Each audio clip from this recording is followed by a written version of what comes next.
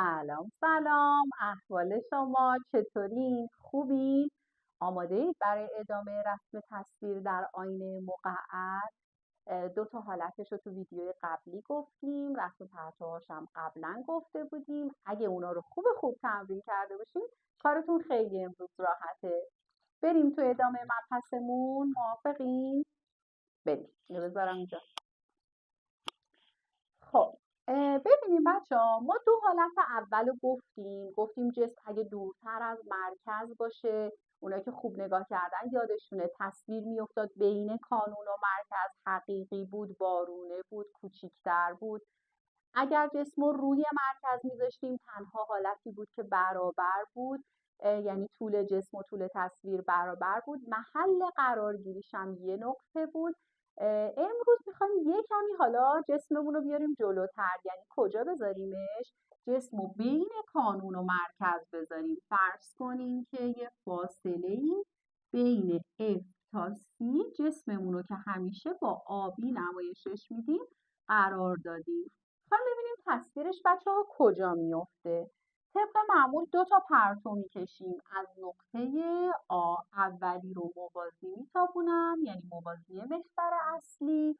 میدونید که بازتابشش حتما از نقطه F یعنی کانون میگذره. دومی و بچه ها از کانون عبور میدیم، میتونید از مرکز هم عبور بدید، فرقی نداره. انتخاب اینکه کدوم پرتو رو داریم رسم میکنیم با شماست، هر کدوم براتون آسون تره.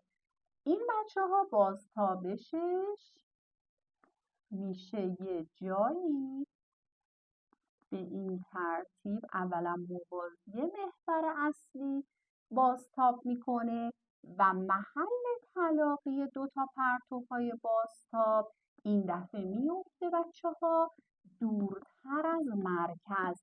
اونا که خوب دقت میکنن به ویدیوها الان یه نکته خیلی مهم رو میفهمن.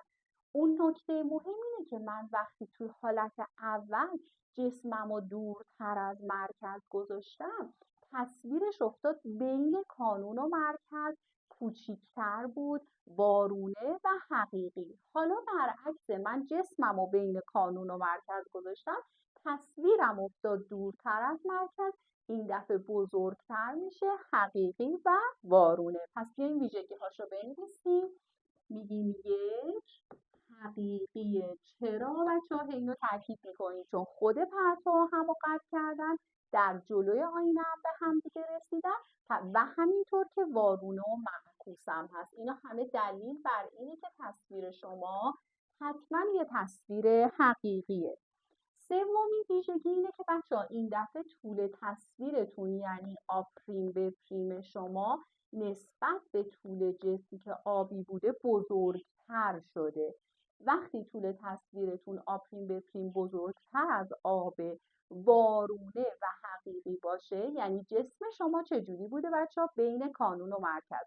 یادتون باشه اینا رو برعکسش هم بلد باشید، یعنی جسم که مثلا میگیم بین کانون و مرکز، تصویر دورتر از مرکز. حالا بدونین اگه تصویر رو کجا بذارین جسم کجا بوده، اینا رو به طور معکوس هم یاد بگیرید. چهارمیش اینه که بچه ها، چون تو تستا خیلی اینا رو بچه ها باش بازی میکنن، چهارمیش هم راجع به محل قرارگیری تصویرتونه. تصویر کجا بچه ها قرار گرفته؟ دورتر از مرکز. تصویر دورتر از مرکز واقع شده. پس اگه جسم بین کانون و مرکز باشه تصویرش میره دورتر از مرکز. این شد حالت سوم رسم تصویر در آینه مقعر. بریم حالت چهارم رو بگیم. گفتیم جسم رو هی داریم میاریم جلوتر، هی به آینه چیکارش میکنیم؟ نزدیک میکنیم. یعنی من حالا میخوام جسمم رو بذارم روی کانون. جسم و بچه ها همیشه عمود بر محور اصلی قرار میدید و اسمشو میذارین آبی، روی کانون قرار گرفته. خب اینم بیشتر دقت کنیم بچه ها. دوباره از نقطه آ اگر شما پرتو رو موازی محور اصلی بتابونید، میدونید که پرتو وقتی رسید به آینه بازتابشش حتما از کجا میگذره؟ از کانون. چون موازی که بتابونم بازتاب از کانونه.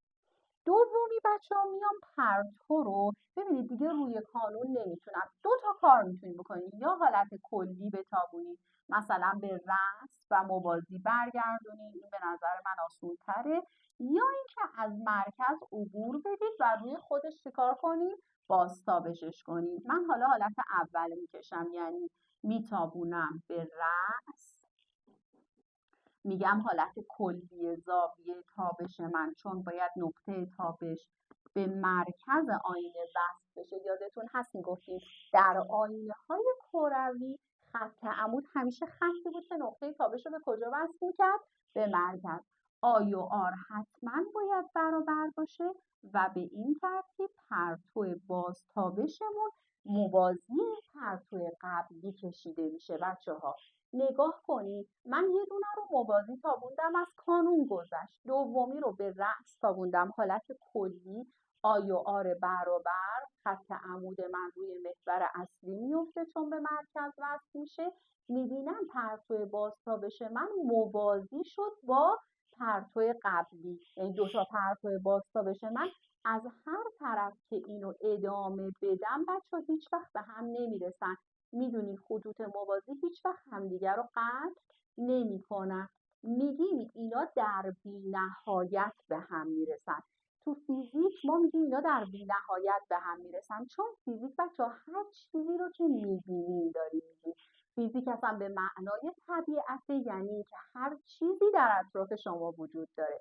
نگاه کنین شما از فاصله دور درختای خیابون ولیعصر رو که میبینیم به نظر میاد یه نقطه دور اینا به هم دیگه میرسن، انگار یه جایی نزدیک میشن به هم. یا ریلای راهن رو توی فاصله خیلی زیاد که نگاه میکنیم به نظر میاد در یک نقطه خیلی دور اینا به هم رسیدن.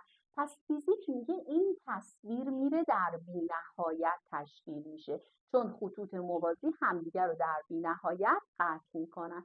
من دیگه هیچ ویژگی نمیتونم راجع به این تصویر بگم، نمیدونم این سمت هم قطع میکنن یا این سمت، نمیدونم حقیقیه نمیدونم مجازی، هیچ چیزی راجبش نمیگم، فقط میگم پرتوها در بی‌نهایت به هم میرسن، پس تصویر در بی‌نهایت تشکیل میشه. همین، تصویر در بی‌نهایت تشکیل می شود.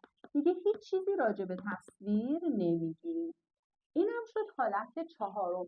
بچه‌ها جاهایی که قرار نور رو خیلی خیلی در فاصله های زیاد و دور منتشر کنن، مثلا فرض کنین که توی پادگان ها میخوان نورافکن بذارن، نورافکن ها نور رو در فاصله های خیلی خیلی زیاد پخش میکنن و میتونید توی فضای خیلی زیادی نور رو منتشر کنید.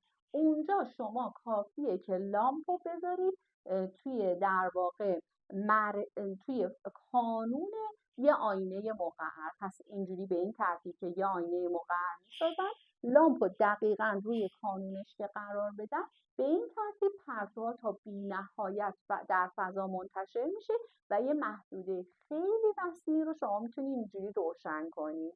به این ترتیب کاربرد این حالت چهارم میشه در نورافکن ها.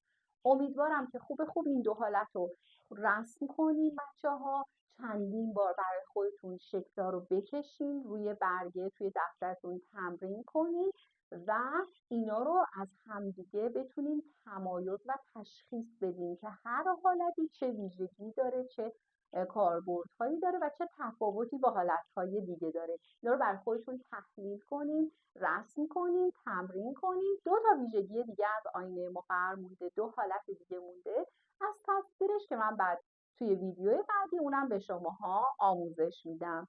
با لایک و کامنت و سابسکرایبتون منو حمایت کنین. امیدوارم که خوب از این ویدیوها استفاده کرده باشین. خدا نگهدار.